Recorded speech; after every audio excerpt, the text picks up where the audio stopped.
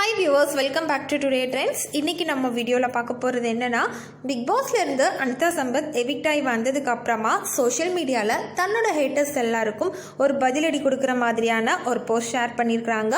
அதுதான் நம்ம இப்போ பார்க்க போகிறோம். அதுக்கு முன்னாடி நீங்கள் இன்னும் டுடே ட்ரெண்ட்ஸ் சேனலை சப்ஸ்கிரைப் பண்ணலைன்னா பண்ணிருங்க. மறக்காமல் பக்கத்தில் இருக்கிற பெல் ஐக்கானையும் சேர்த்து கிளிக் பண்ணுங்கள். அப்போ தான் இது போன்ற பல ட்ரெண்டிங்கான சுவாரஸ்யமான தகவல்களை நீங்கள் உடனே பெற முடியும். வாங்க வீடியோக்குள்ளே போகலாம்.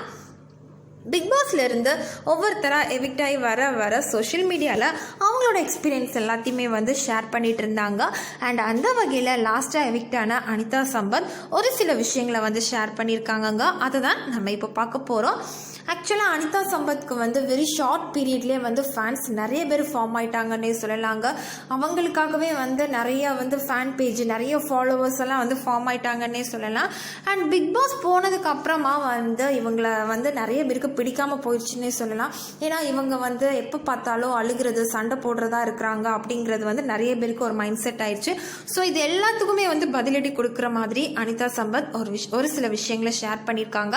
அதில் ஃபர்ஸ்ட் என்ன சொல்லியிருக்காங்க அப்படின்னா, இதுக்கு மேலே என்ன வேணும், யாருக்கும் சொம்பு தூக்காமல் உண்மையாக இருந்துட்டு வந்திருக்கேன் அப்படின்னு சொல்லியிருக்காங்க.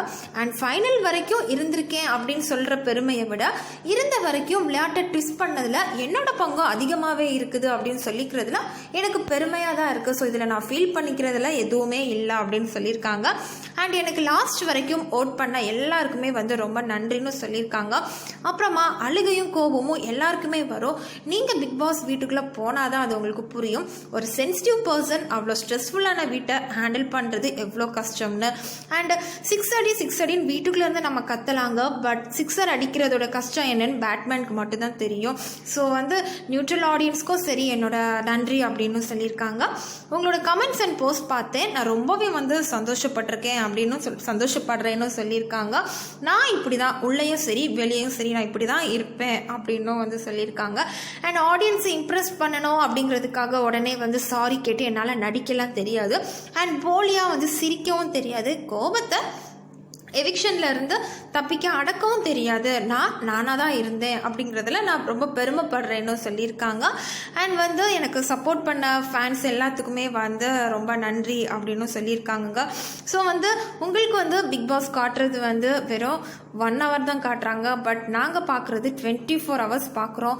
ஸோ அவங்களுக்கு வந்தால் தான் தெரியும் அப்படிங்கிற மாதிரி ரொம்பவே கொஞ்சம் சென்டிமெண்டலாகவும் பேசியிருக்காங்கன்னு சொல்லலாம். அண்ட் இருந்தாலுமே என்னை பற்றி யார் தப்பாக பேசியிருந்தாலும் சரி, பட் ஐ டோன்ட் கேர் அப்படிங்கிற மாதிரி தான் இவங்க ஷேர் பண்ணியிருக்கிறாங்க.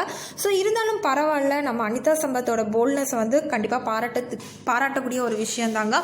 பிகாஸ் கேமில் ஒருத்தவங்க அப்படி இருக்காங்க அப்படிங்கிறதுக்காக ரியல் லைஃப்லேயுமே நம்ம அவங்கள தப்பு சொல்ல முடியாது. ஸோ